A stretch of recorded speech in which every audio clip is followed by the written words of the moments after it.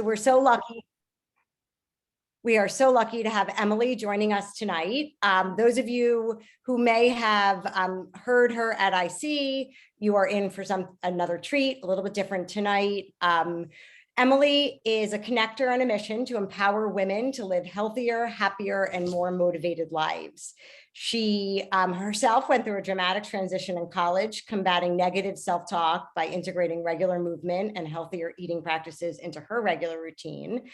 And she now is a wellness coach, and she shares these experiences with her audience on a podcast called Hurdle, which has 5.3 million downloads to date, which it may even be higher now.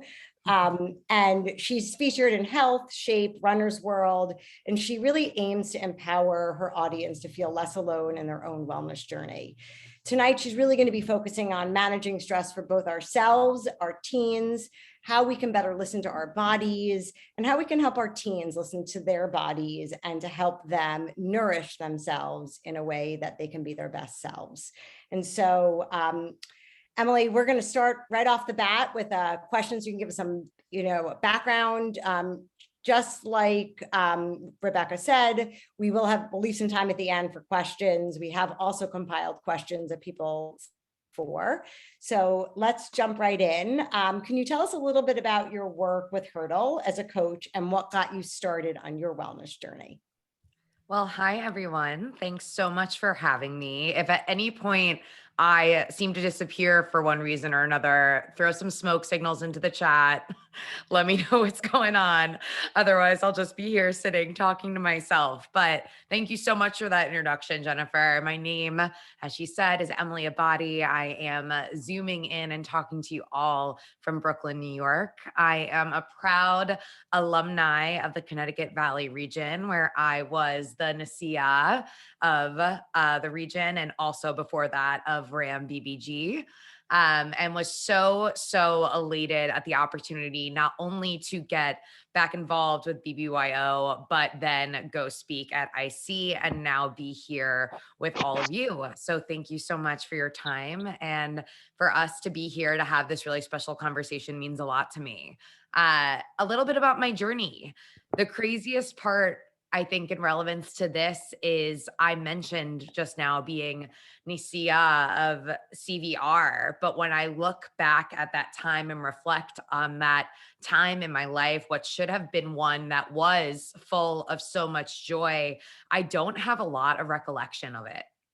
And that blows my mind. The reason I don't have a lot of recollection of that time is because, to be completely honest, despite being the woman that was in front of a delegation and leading a massive body of young teens and peers, I myself was so deeply unhappy. When I was in my teens, my parents got separated. And as a byproduct of both that and not making the JV volleyball team because I couldn't run a mile in 10 minutes. And obviously, that is very relevant to making the volleyball team.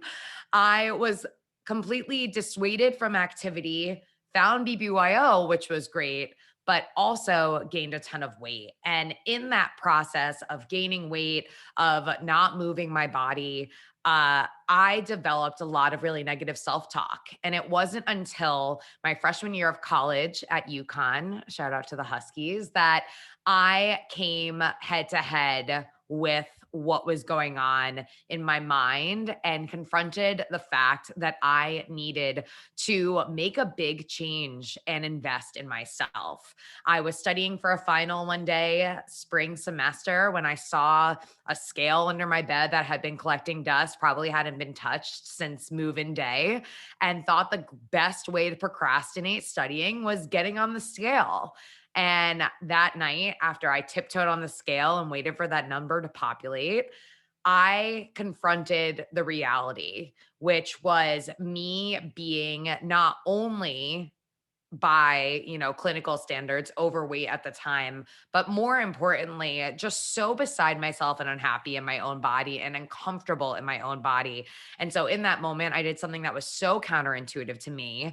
I threw on a freshman volleyball sweatshirt because I didn't make the JV team, and some cotton leggings from Target, and sprinted down the 3 flights of stairs outside of my dorm, about maybe 40 yards, give or take, shooting down Horse Barn Hill, if you're familiar with Storrs, Connecticut, and ran until I couldn't run anymore and collapsed into the grass. And I remember that I was soaked because there was dew everywhere.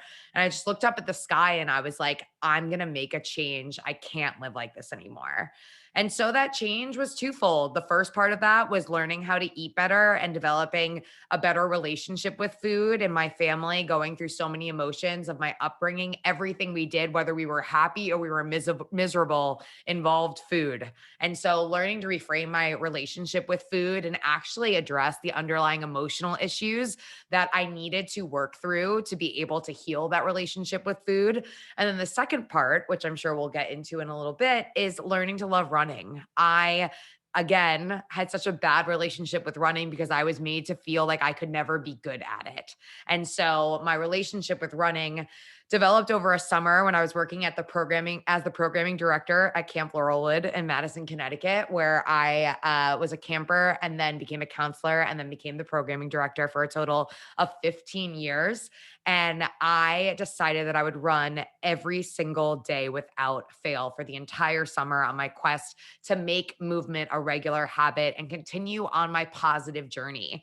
And so what I did that summer was learn to love running by running what I thought was a mile every day. And that mile, actually, at the end of the summer, when I measured it with my car, half mile. Didn't matter though, because in those 14 minutes every single day, I took the time to invest in myself and learn to love something that society told me I could never be good at.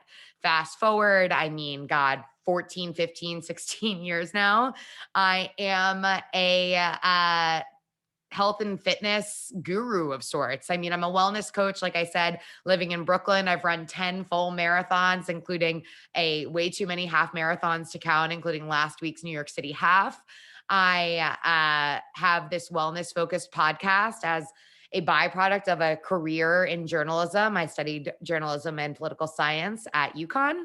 And about 4 years ago, I started this show called Hurdle, where I chat with everyone from elite athletes to industry experts and top CEOs about everything from their highest highs to their toughest moments. And so much of what I do today is not only based on my personal vested interest in health and wellness, but really circulates around my personal mission, which is to help encourage others to live healthier, happier, more motivated lives, whatever that looks like to them. And the last thing I'll say here, and then we can kind of like segue out of this quick, brief highlight of how I got to be the person that's sitting in front of you today, is that although, yes, weight loss is a part of my story, my journey with health and wellness is so much bigger than anything that has ever been on the scale. For me, my journey to health and wellness and helping others determine what healthy looks like for them really stems from the conversations that we have with ourselves, how we can flip that dialogue, how we can address some of the topics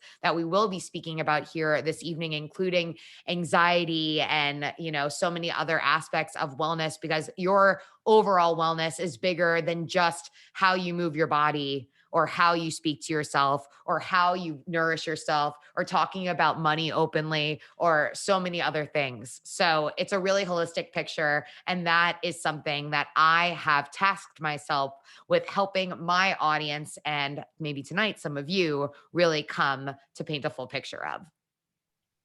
Thank you. So I hear your story, and really what I hear is resilience. I hear somebody who was told that they couldn't do something, and you said, really, watch me.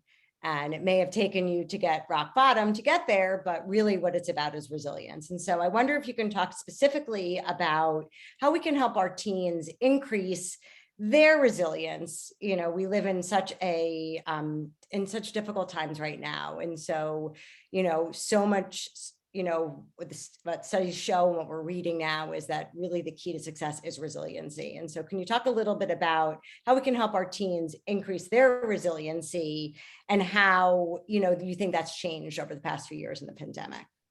Yeah. I mean, you don't need me to tell you that the last couple of years have been interesting to an extent. I think we've all learned many lessons about resilience. And I would say that the biggest way that you can encourage resiliency within your own household, excuse me, is to have an open and honest, authentic dialogue rather than doing something that may be really instinctive, which is to protect, quote unquote, and I'll put that in quotes intentionally, protect your child from maybe how you are feeling or shielding them from your vulnerability. I encourage you to be more open about some of the struggles that maybe you are going through, because we follow modeled behavior. So if I sit here and I talk to you openly about my story, then with time, even if you and I don't know each other, you're going to become more comfortable, maybe exchanging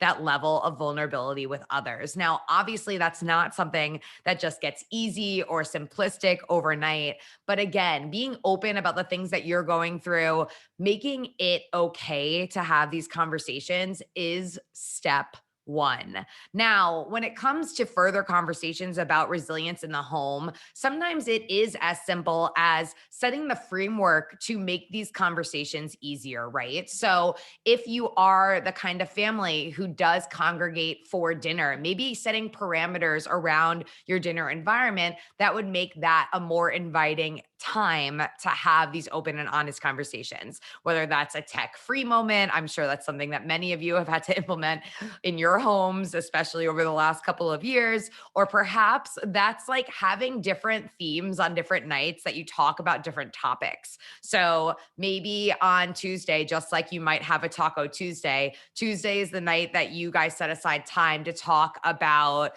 maybe upcoming travel. And then Wednesday is the night that you set aside time that you're going to talk about, like, maybe your emotions for the day. I mean, obviously, there are many different topics that you can kind of weave into your weekly conversation roundtables, but just starting with that dedicated time together is important. But also, again, modeling that behavior is going to be really critical to developing and strengthening that resilience muscle. And I say that word really intentionally, strengthening, because just like a muscle, just like with exercise, the more that you work that muscle, the stronger that it gets. So, although it may be like, oh, I just wish that I knew that I could get through this thing or that I could handle this right now, you got to build up to it and you've got to strengthen that muscle so that it gets better over time. So true. I love that topics, designated topics to talk about. I think that's such a great strategy. So let's talk a little bit about social media. So social media really has benefited you. It's really where your platform is, and it certainly does have quite a bit of positives. I think as a parent of my own 3 teenagers, social media scares me. I worry about, their own self-esteem based on what they're seeing out there, in this highlight reel that's out there on social media. So can you talk a little bit about what do you see the benefits of social media and how do you think it can serve us? It's not going anywhere. So let's talk about ways that we can use it productively. First and foremost, I think the best thing that you can do with your teen is come together to talk about like accounts that are really great to follow, that cultivate conversations that you want them to be exposed to. So it doesn't need to be like a sit down, like, I think you should follow these, and these. But rather, maybe on your own time, look to see who influences you in a positive way, who's exemplifying the types of behavior that you want your child to be exposed to, and then casually bring them up from time to time in conversation. Again, like I talked about the importance of modeling perhaps vulnerability in your household, also modeling healthy habits when it comes to social media consumption and what they should be doing when it comes to these different different platforms. Now, obviously, you're not with them 24/7, and I'm sure all of you have different ways that you navigate social media within your household. But again, when it comes to overall use, if you don't want your teen to constantly be staring at social media, then you need to be cognizant of what your phone use is around your household, because what they see is what they find to be acceptable. So, again, that idea of modeling the behavior is going to be really, really important when it comes to the social media use and overall like exposure. In addition to that, the idea of maybe exchanging information about accounts that you find really helpful and positive, and culture and cultivating that really great dialogue. Also, like, ask them about the things that like they are consuming there. Ask them if they are following any accounts that inspire them.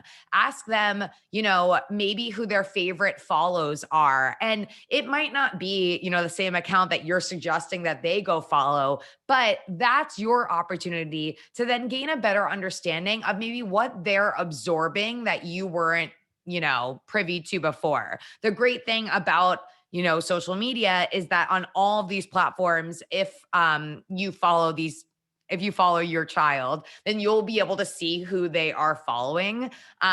So that is something just to keep in mind, so that you can kind of keep tabs on the different kinds of influencers or individuals that they are following. And a lot of those individuals will have a blue check mark, so you can see who maybe some of the biggest names that they're keeping up with really are. Who inspires you? Who do you follow? Who's somebody good that inspires you on social media? It's a great question. I mean, I'm very lucky through Hurdle to have the opportunity to talk to a lot of people that blow me out of the water.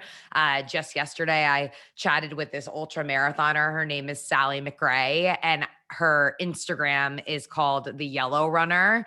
And oh my God, I am so inspired by her and her story and her resilience. I will be bringing that episode to the Hurdle feed soon. But I really find that, especially on this topic that we're here to speak about tonight of resilience, that the people that inspire me haven't had easy paths. And at times we're probably exposed to some of the things that we're talking about here that in our, Goldilocks world, we wish that we can protect our loved ones from. But the reality is that's not always an option. So the people that inspire me have gone through the hardship and the adversity. Some have similar stories. I recently had Ali Arady, the founder of Tonal, on the show. His story, combating a lot of negative self-talk himself, working in the tech industry, not investing in himself, taking a year-long hiatus before founding Tonal because he needed to really prioritize his own mental health. That's the kind of stuff that I admire. The people that are willing to say, I might not have it all together, but I am willing to take this time and invest in myself and push forward and be resilient.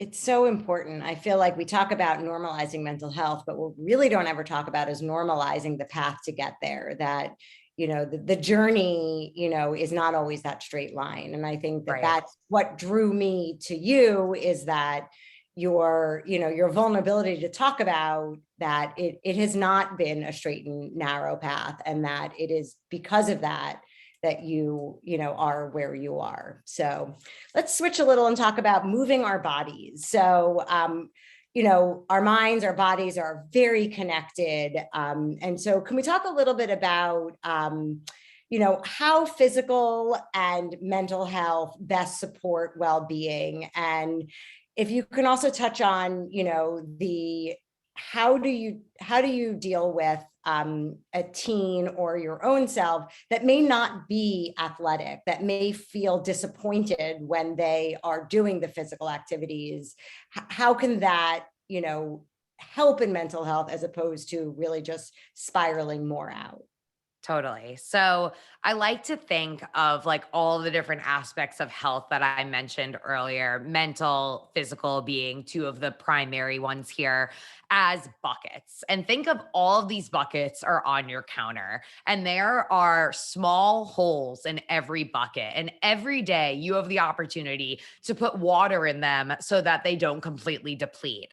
Well, if you are only putting water into the physical movement bucket and you're not paying attention to the mental health bucket, then over time you will see that that bucket completely runs out of water and you are left empty. And the goal is to never have any one of these buckets when it comes to our overall wellness run dry. So physical health, mental health, they go 100% hand in hand. Without any focus on one, it will 125% impact the other. So the question is, how can you make healthy habits that are both sustainable and ones that you can upkeep in your regular routine? And this touches on your next question of perhaps if someone isn't really doing enough to contribute to either of those two types of wellness or overall well-being, what do you do for that?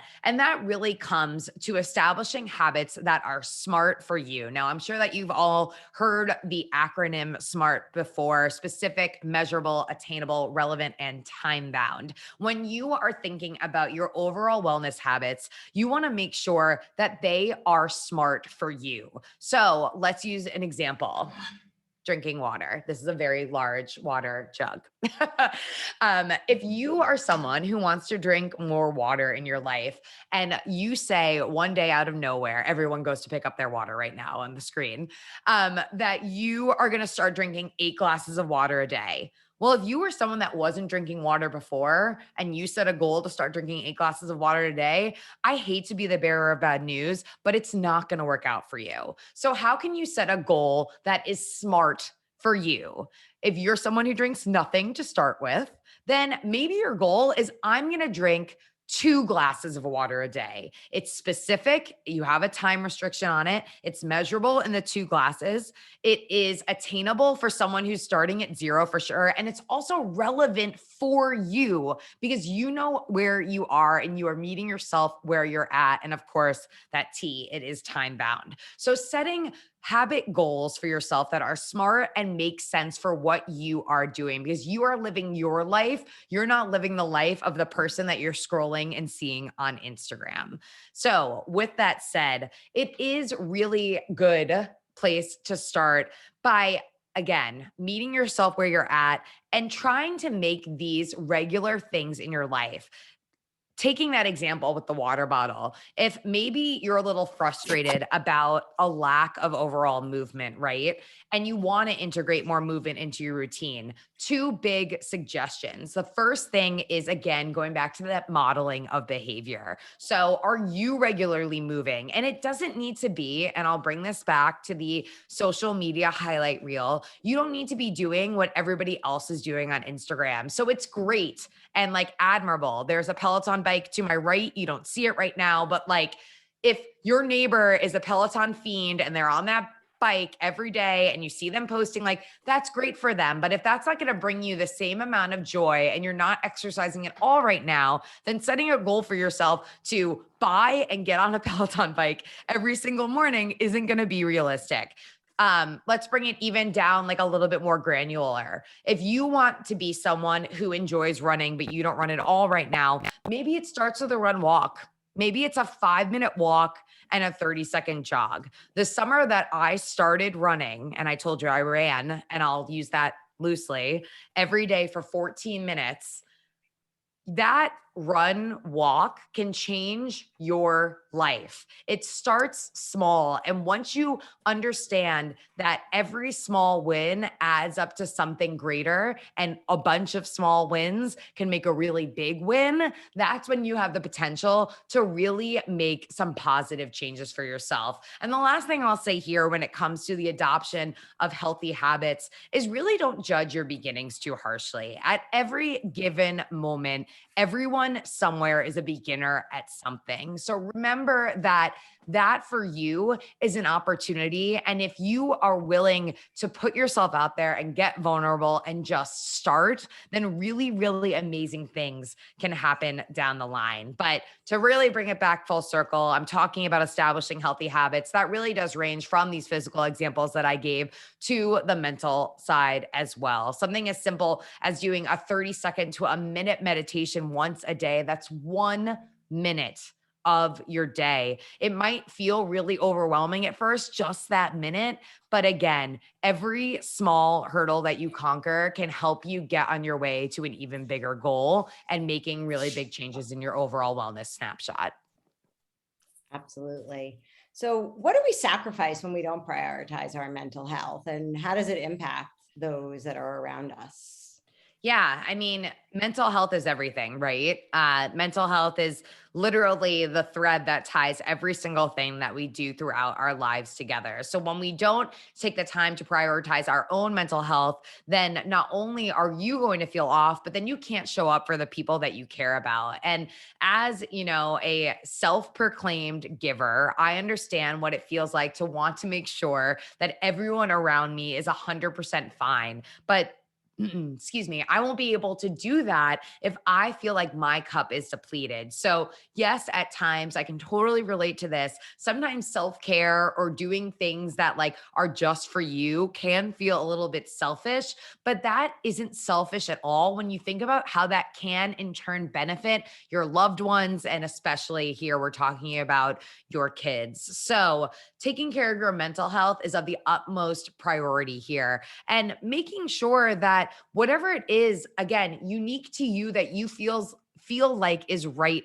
for you. Just because someone else is meditating 10 minutes a day doesn't mean that you can't be going for a walk at lunchtime and that's the time that you take for yourself. Just because someone else may have a regular journaling practice every morning and that's something that I love to do, doesn't mean that you can't benefit from something that might be a little bit simpler, like writing down one gratitude before you sit down to dinner at the table with your family. So, again, finding the mental health practices that work best for you and your family is going to be something that you certainly won't regret. So what are some realistic things for our teens that they can help to prioritize their mental health? What are some realistic things we can put into place?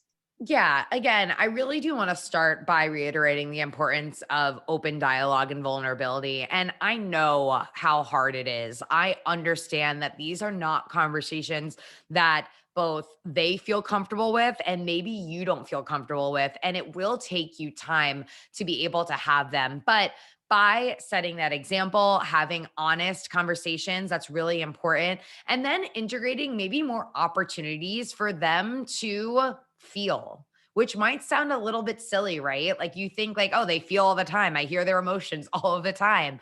But something as simple as like buying them a journal to express themselves. And maybe they also see that that's something that you do regularly. It could also be like asking, what music are you playing around the home and like what kind of messaging is that portraying, beyond the journaling and the music and the open conversations, beyond their BBYO chapter, like where else are they exposed to conversations about how things are going? Is your child maybe actively speaking with anyone like an additional counselor? I know that obviously BBYO has some really great staff members that contribute to their ongoing efforts there when it comes to teens overall well-being, but just asking yourself like who is on their like personal team aside from you being their biggest cheerleader, and reiterating that, right? Like reiterating that like yes, these conversations can be really difficult, but at the end of the day,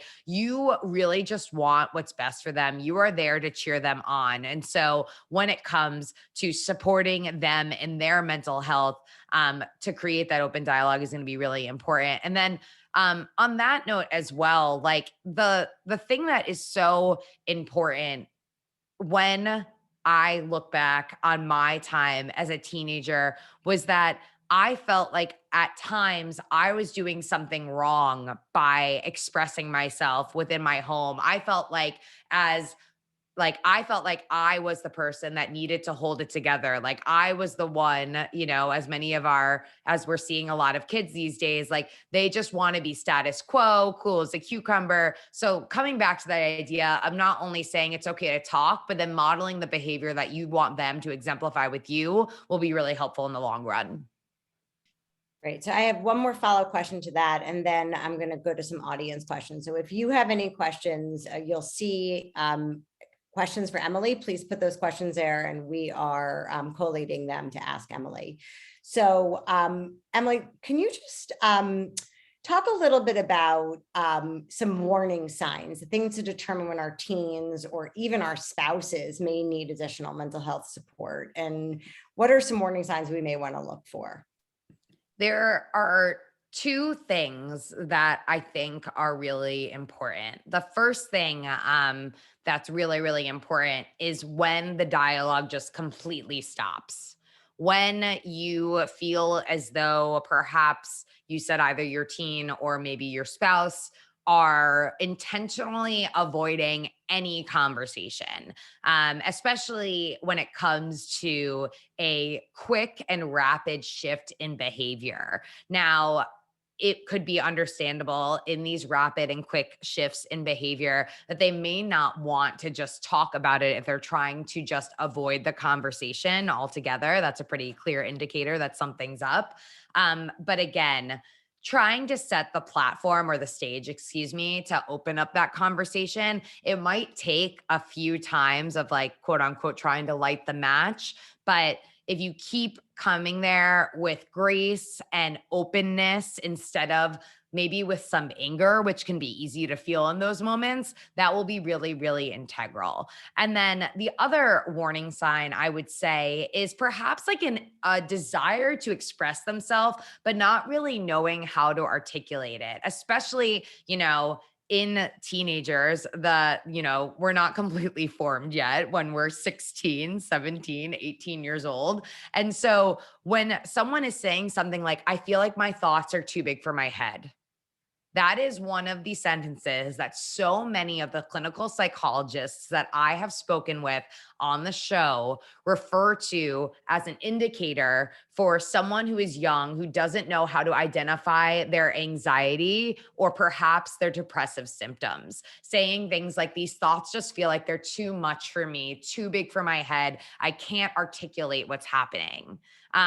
Also, other really important buzzwords, words like I feel stuck, or I feel kind of out of body, or I feel, again, that word angry. It can be really, really hard and frustrating to see someone that you love so angry and mad and whatnot. But rather than being reactive, our goal here is to get to this point and have these tough conversations that we're having right now so that we can be more proactive, to hopefully get to the root of some of these issues before they present themselves to be a little bit larger. Great. So here's a great question we just got from one of the listeners. So how would you discuss, would you discuss how to help teens distinguish between normal life stressors and what they label as anxiety? Yeah, I think the most important thing here is not to downplay when they express something to you. That is like the number one thing that you do not want to do is like diminish their feelings. And yes, especially, I mean, all the women listening, like we were teenage girls once, we know like what it's like to just completely over exaggerate everything that's going on. But if you want to cultivate like a welcoming and open conversation where they can talk about, yes, the things that are a little exaggerated, but also the things that are really deeply eating at them and things that they are going through, then you have to listen to it all openly. And I will say that as this happens, maybe asking questions that can guide them to some of their own conclusions can be a really helpful tool for you in your house. So asking, kind of like when your child is young and they ask you why all the time. Kind of take that approach with this. Why do you think you're feeling that way? Okay, if so and so is like the most quote unquote annoying and they're making you feel bad about yourself, like what is it that they're saying that's making you feel bad about yourself? What about your feelings is making you feel frustrated? What is it about this situation that maybe you could do differently? So maybe for you, the best tool could just be prompting them with questions that help guide them to a better understanding about what it is that they could be feeling in those tough moments. Right. And I think that that sort of feeds right into the next question, which was how do we encourage the dialogue when our children feel uncomfortable talking to us and sharing vulnerability? And I'll actually piggyback it to another question of how do we frame it in a way so that it's not being seen as lecturing or judgment from parents, as opposed to teaching them, or creating space for those kinds of dialogues. Yeah, I mean, back to the idea of asking questions, empowering them to arrive at their own answers is going to be a tool that really helps them learn from whatever feeling it is that they are experiencing. So instead of coming at them with a when I was your age lecture, asking them the things that will help guide them to their own journey of self discovery. And again, when it comes to cultivating that conversation, I cannot reiterate this enough.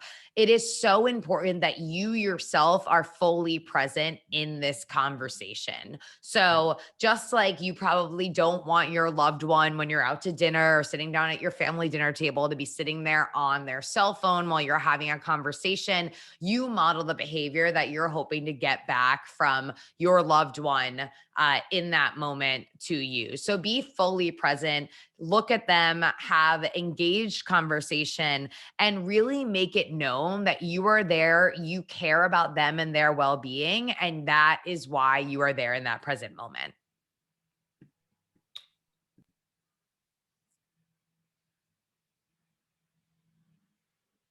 Sorry, I hit unmute and it didn't. Shocked it was only the first time tonight that happened. So here's a question that a parent asked, but I actually have the same question. So many of us on this call have seniors that are heading off to college next year. How do we set our teens up for success when we may not be there as often to help, hold our teens accountable and shift the onus from us to self-advocacy and self-care so that they are able to stand on their own 2 feet when they leave that nest? Yeah, that's a great question.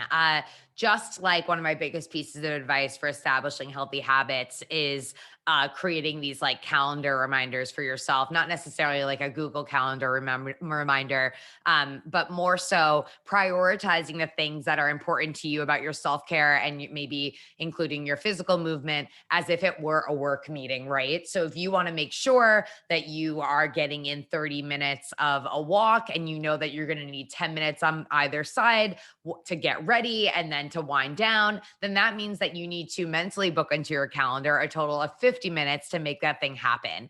Just because your teenager may be quote unquote out of sight, they need to know that they're not out of mind. So even setting aside, specific times that you guys connect every week, it's kind of like during the pandemic. I know that obviously we're talking about a situation where many of you were living in the same home, but literally like every other Tuesday at 5:30 in the evening with my father, we had some sort of a date that we would look forward to. So it was like and it was on Zoom because we were in different places. So every other Tuesday, maybe we'd take a cooking class or we'd like have a cocktail night or we'd sit down and we were reading the same books some month and we'd sit down and talk about the book. This doesn't need to be a deliberate, like, this is the time that I'm going to check in on your mental health, but they just need to know that you're there. And just because you're not physically together doesn't mean that you can't still make time for that really special connection that the two of you share. So, excuse me.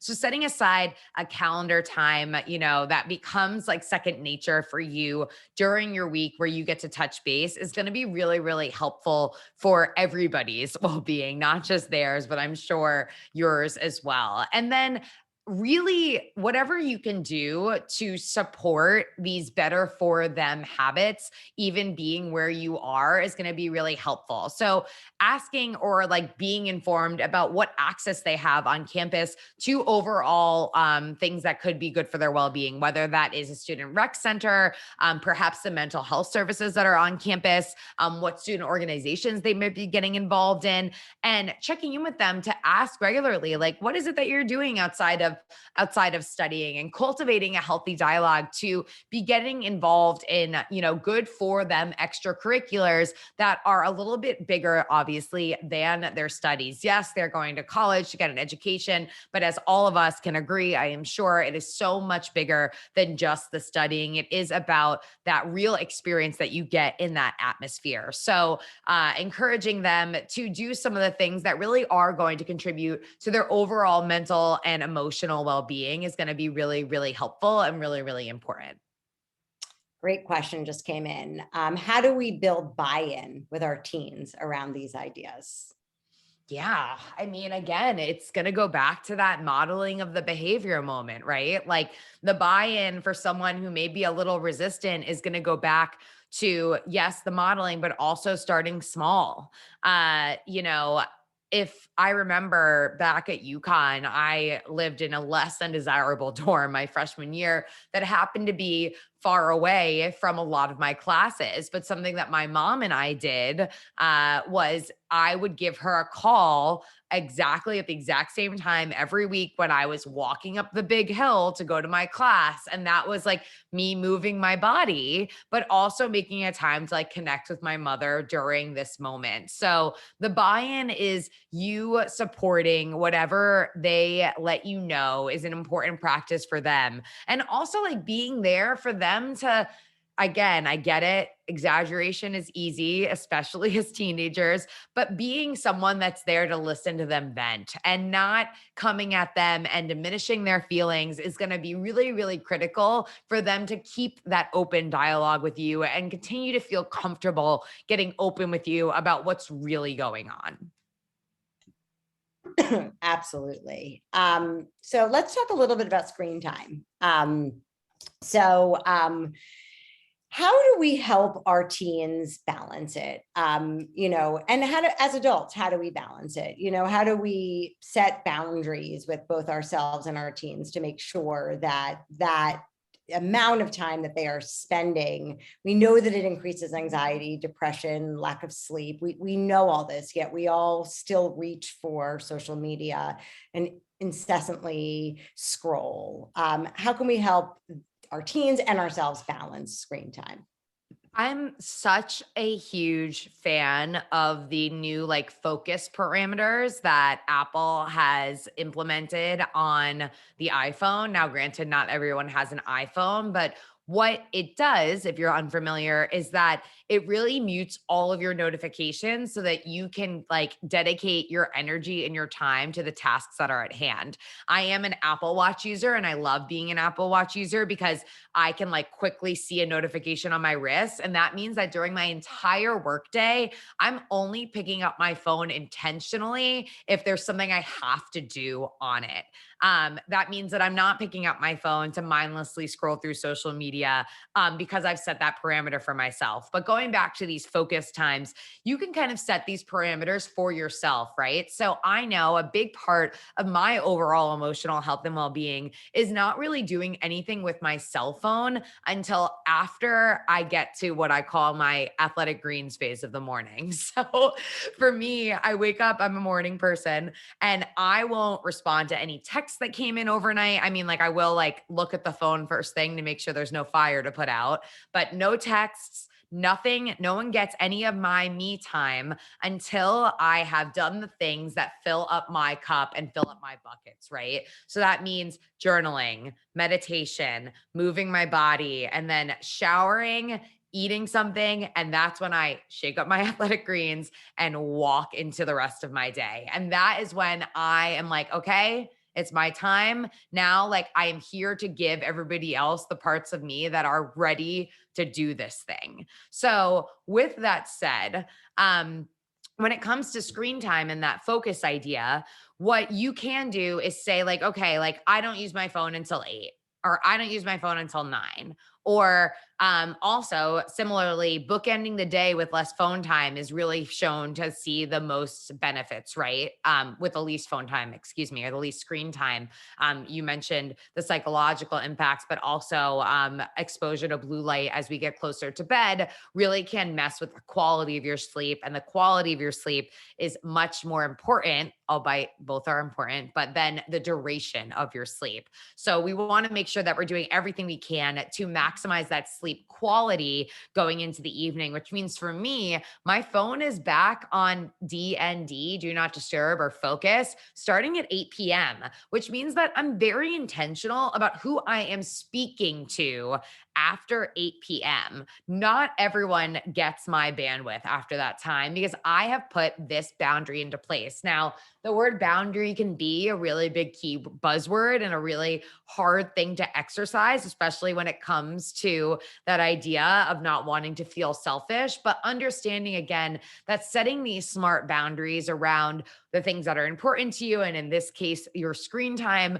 will benefit you in the long haul. And then, I mean, being honest with yourself, a great thing about these devices these days is that although it can be really scary, they do let you know how often you are on them. So setting realistic goals when it comes to maybe cutting down on that can be really fun. Also adding an element of gamification. This can work for everything from adopting healthy habits, like maybe diminishing that screen time, to picking up a new exercise habit. So maybe in your household, it's a gamification aspect with like some sort of small prize for someone who is able to reduce their screen time by X% every week. And everybody's in on it. The parents are in on it, the kids are in on it, and you're doing it together. This is kind of like me and my mom's new obsession with like sending each other the Wordle every day. This is how we stay honest, right? So gamifying that a little bit in your own household can be a really helpful tool to help everyone stay honest about their phone usage and what's going on there. So many great questions coming in, but I have to ask you, how long did it take for you to be able to set that me time, to not pick up that phone, to resist the urge to fall back into that? What kinds of things did you have to put into place to make sure that you resisted that?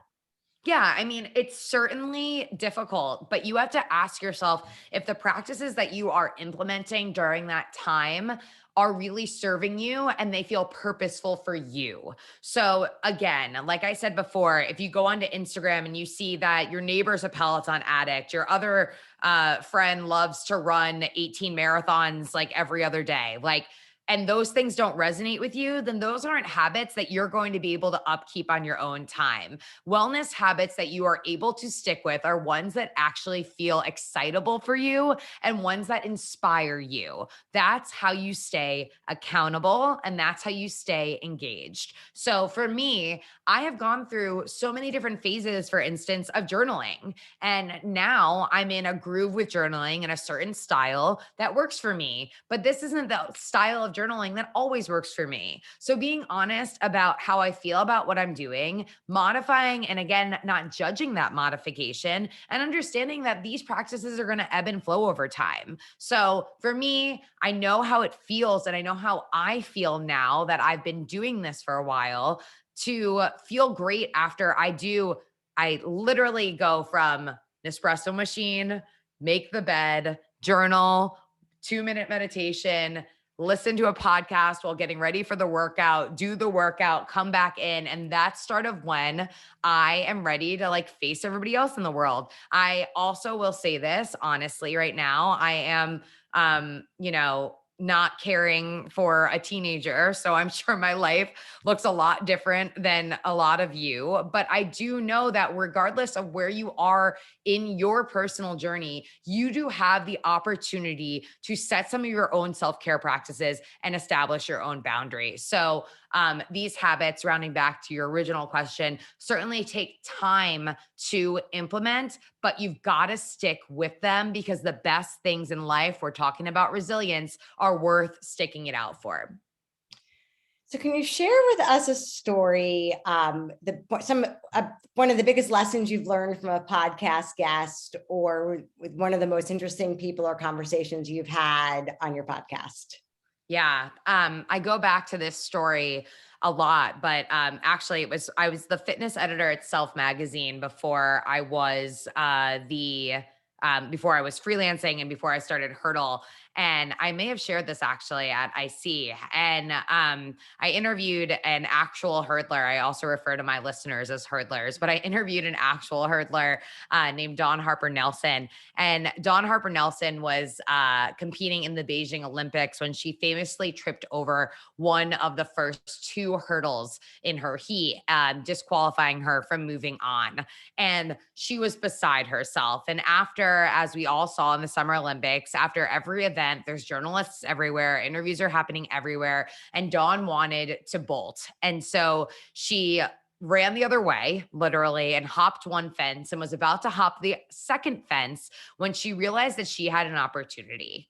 She had an opportunity in that moment to make a decision that could change everything. She could either jump over the second fence and leave and ignore what was happening in front of her, or she could deal with the reality. The reality is that no one works hard to fail, quote unquote. But within every failure, there is an opportunity to learn. And then when you know better, do better. So she recognized what happened. She recognized that it didn't go as she had hoped, but she ponied up and she topped back over the first fence and she went and she talked to the media. And that is a experience that she will always reflect upon now, knowing that within, again, every failure or every hurdle, in her case, an actual hurdle, there's an opportunity to learn a really important lesson and then do better going forward. And that is something that I go back to all of the time. So unfortunately, this is our last question. Can you share with us some of your go-to resources that you use to help reach your personal wellness online, apps, books, podcasts? And can you also tell us where we can find you Of course, of course. after tonight? Well, thank you so much, seriously, for having me. I feel really, really just fortunate and blessed to have a really full circle moment here with BBYO. I'm really grateful for it. When it comes to the things that inspire me, you can find a lot of the accounts when we're talking about social media that inspire me over on social. Hurdle is following a lot of them. It's over at Hurdle Podcast on social. I am over at my name, Emily Abate. That's ABBATE. And when it comes to books that really inspire me, as you can tell, I have none here.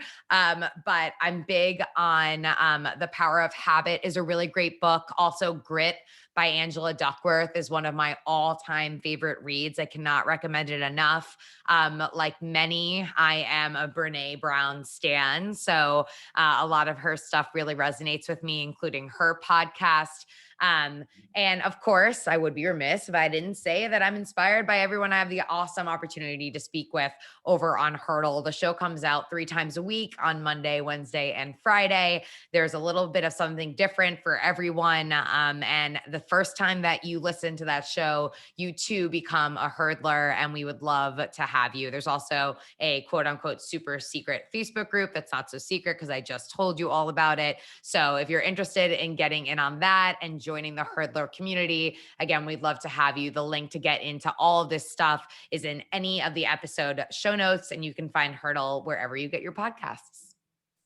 Thank you, Emily. I'm going to hand it back over to Rebecca in a minute, but I just want to thank you so much. It is a pleasure to talk with you again and to learn from you. And based on the registration and the amount of parents that joined us tonight, it's a topic that I think we're all struggling with. And so thank you for shedding some light. And hopefully a series like this will continue, and we'll continue to be able to offer things like this. Thank you so much, really. Rebecca. Hey, everyone. Thank you again so much for joining us tonight. As Jen mentioned, this was a continuation from our time with Emily at IC, and certainly her time in BBYO. She's been in the place of your teams before, but it's also a part of a series of parent-focused programming that we've been hosting over the last couple months, and that will continue through the spring. So I want to give a early notification. Tonight's the first day we're sharing it, but we'd like to invite you to join us next month. We're doing an evening with actor Joshua Malina on April 13th. On Zoom. It's going to be hosted by our BBYO Parent Advisory Council. You might know him from his roles on The West Wing, Sports Night, Scandal. He was just in Inventing Anna, big hit on Netflix. He's going to share his inside scoop on his career, his Jewish identity, what it's like parenting teenagers. So we'd love for you to come back and join us for that next month. It's going to be open to the full parent community and all of the friends of BBYO and alumni as we kick off our Together as One spring fundraising campaign, which is going to be launching on April 11th to celebrate the power of our movement and making a difference in the lives of our teens around the world. So we hope that you can join us for that, and we'll join in supporting your local communities as well as a part of that campaign. So thank you again. We'll be hosting that in April. We hope you come back again in May. It'll be Mental Health Awareness Month then. We'll continue to build on conversations like we had tonight with Emily. So thank you again, Emily. Always a pleasure to have you with us, being back with the BBYO community. And thank you to Jennifer for running the show this evening. And we hope everybody has a great night. Take care, everyone. Thank you. Good night, everybody.